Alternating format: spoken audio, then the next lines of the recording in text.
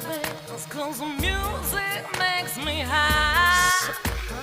And if I only got one more night, I'm gonna leave out loud goodbye. This gonna be What up, what up, what up, what up? It's your boy, Mr. Vine, Mr. Vine Channel Sweatbox. We back, we live, we active. Here on the channel, you know how we do. Let's talk some NBA. It's been a minute since I put up an NBA video, but I've been watching this season consistently, and I'm loving it. This season has been really entertaining, and I just want to talk about some of the stories, some of the top gossip and stuff like that, trade rumors and all that. Let's go back about a week, 2 weeks. I want to talk about the Harden trade. I have some opinions about that. Now, you guys know I'm a huge fan of Kevin Durant. I really like Kyrie Irving, and I think both of those players are extremely clutch, and I think both of those players are winners, as they've proven. Both of them have won championships. Kevin Durant has won multiple championships. So the Brooklyn Nets traded, and they got James Harden. Houston was ready to ship him out. We all know the fiasco that became the Houston Rockets' relationship with James Harden.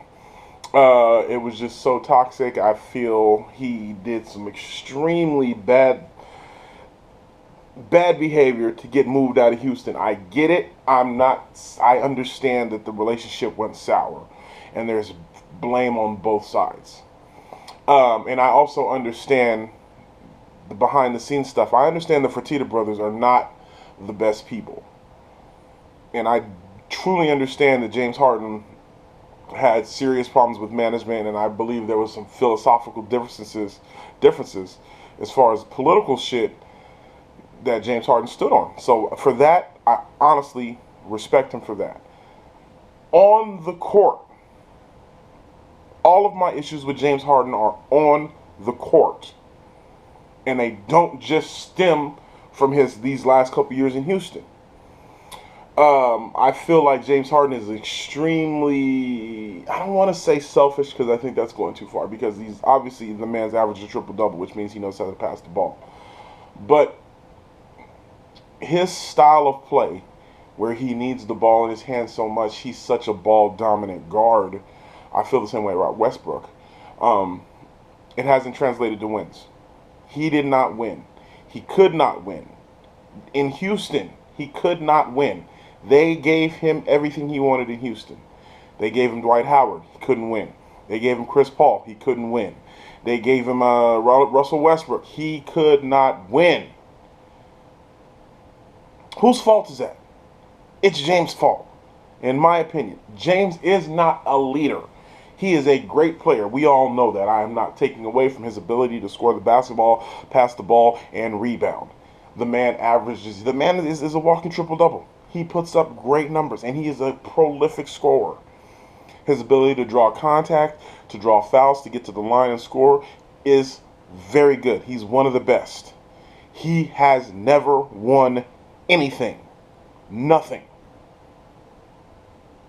Every time he's made the playoffs, he's got eliminated early. And the expectations were on them. So I say it falls on James. So for him to force his way out of Houston like that by just being a shitty teammate really rubs bad on him, in my opinion. It looks bad on him, and now he's going to go to a Brooklyn team, and he's going to and all of a sudden he's going to change. He's going to change his style of play, and I'm not saying he has to change it drastically, but he has to change his style of play, because that style of play that you were doing in Houston didn't win.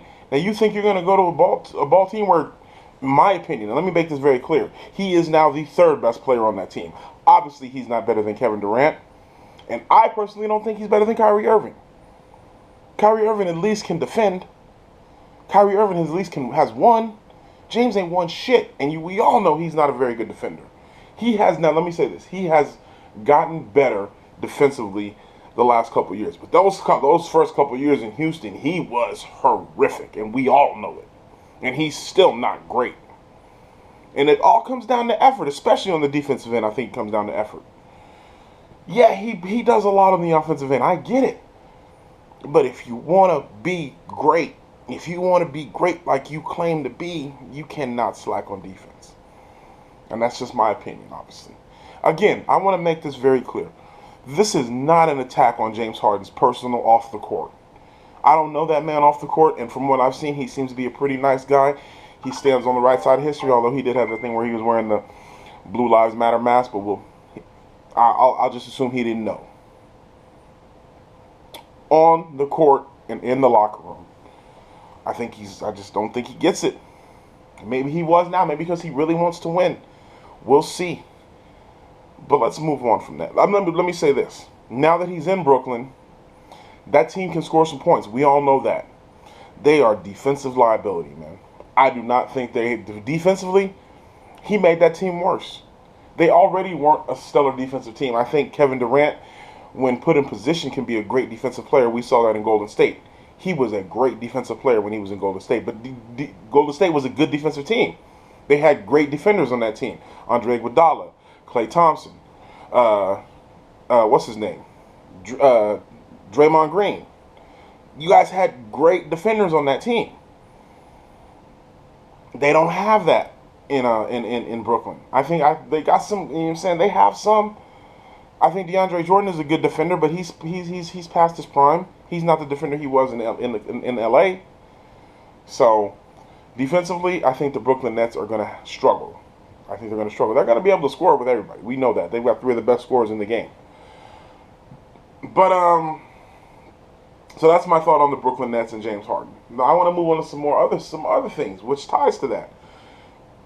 My man Bradley Beal, who is currently leading the league in scoring in the NBA. If you could look at the league and the scores we got in this NBA in detail, if I tell you Bradley Beal was leading the league in scoring, you say you're a liar. Bradley Beal is a phenomenal player. I have been a fan of Bradley Beal for a long time. And it's time to get Bradley Beal the hell out of Washington. Simple as that. Washington doesn't want to win. They have no desire to build a championship team. It's not going to happen. Russell Westbrook absolutely doesn't want to be there. He's disgruntled. I don't think he wants to be there. Washington has no idea what they're doing. The management in Washington, the ownership in Washington has been terrible for a long time. They shipped John Wall out, so you see John Wall just lit them up. And in his return, Bradley Beal put up 47 tonight or last night, depending on when you see this. They lose again. The worst record in the NBA, I think. Worst record in the Eastern Conference. The Washington Wizards. They're a bad team. Meanwhile, Bradley Beal's playing MVP level basketball. Ship that man out. He doesn't want to be there. He's giving what you guys say. You guys obviously don't want to win in Washington. You guys want to rebuild. You guys are always rebuilding. Let Bradley Beal go. People were talking about he'll need to go to the Clippers. Nah, I liked him in Milwaukee. Send him to Milwaukee. You send him to Milwaukee with Drew Holiday and Giannis and the rest of those guys, Middleton. Immediate contenders. Immediate contenders. If you put Bradley Beal on Milwaukee, I'm immediately putting them in the Eastern Conference Finals, ahead of Brooklyn, ahead of Boston. Teams that are playing well. So, Bradley Beal, man. The man is playing some phenomenal ball, and it's going wasted in Washington. Please move him. LeBron, talking that MVP talk. He's playing some great ball right now. The Lakers are clearly the best team in basketball. So shouts out to them. I'm not even going to dwell on that. LeBron's doing his thing. They're the best team in basketball. Everybody's trying to catch them to beat them. 2 teams that I really want to talk about right now they're not the best teams in basketball, but I like them. I like how they play, even though they've been pretty inconsistent, but I still like how they play. And I'm a fan, and I'm not going to lie, I'm a fan of these teams, and I'm talking about the Portland Trail Blazers and the Golden State Warriors. Let me start talking about the Blazers real quick, because they're a good team. They're definitely going to make the playoffs. They could be there. If they can come together, they got the weapons. Having a healthy Enes Kanter has been really good. He's been playing well for them. I've already told you how much I like Yusuf Nurkic. He's hurt now, but he'll be back. Derek Jones playing well. Gary Trent Jr. playing well.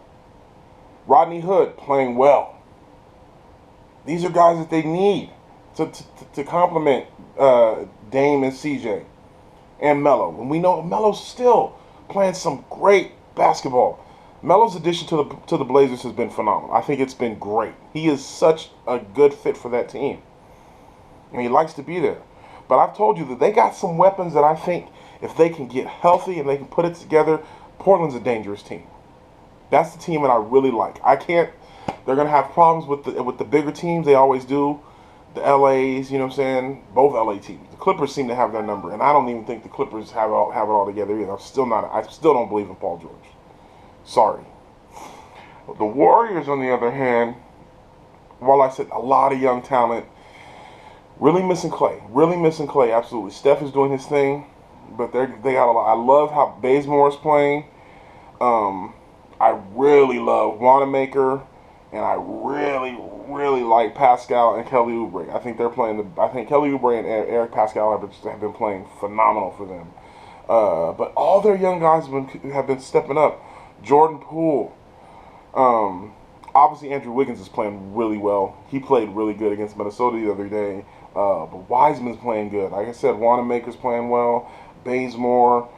I want to see a little more from Marquise Chris. Obviously, Draymond's still the steady guy. When you get him in there, he can run that offense. They haven't been able to put it all together. They've blown some leads and they've lost some tough games. But I like the young talent that they have in Golden State. They're still missing Clay. But if they can get these young guys to play like that and then insert Clay and then not miss a step, that Warriors team will be back in the Western Conference Finals next year if they can get Clay back and they can get Andrew Wiggins playing like that, Pascal, Kelly Oubre. I like him, man. I like that young team. So anyway, that's my NBA news. That's my NBA talk. Let me know what y'all think. Where am I wrong? Point out all my flaws. Tell me how whack I am with what I said.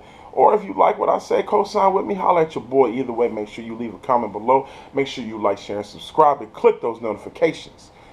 Until next time, you know how we do. Oh, make sure you check out the travel blogs too, man. I'm about to be heading out to Punta Cana, Dominican Republic in about 10 days. Something like that. So make sure you be on the lookout for that. Until next time, you know how we do. Peace. To the ends with you, I'ma go.